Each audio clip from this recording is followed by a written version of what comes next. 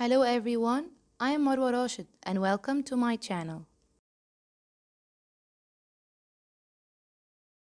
This video is about animal-based comparative idioms, part 1. As silly as a goose, as silly as a goose. And the meaning of this idiom is foolish, silly, or frivolous. For example, Jane is as silly as a goose.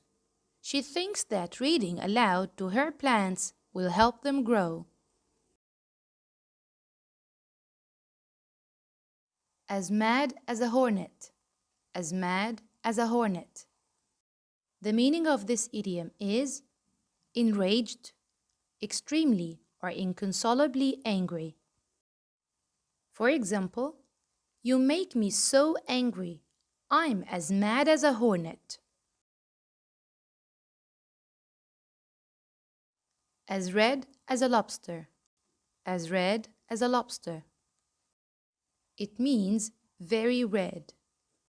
For example, he came out of the sauna as red as a lobster. His skin was very red. And that's the end of our video about animal-based comparative idioms, part 1. I hope you enjoyed it. Thanks for watching, and please stay tuned for the rest of the parts.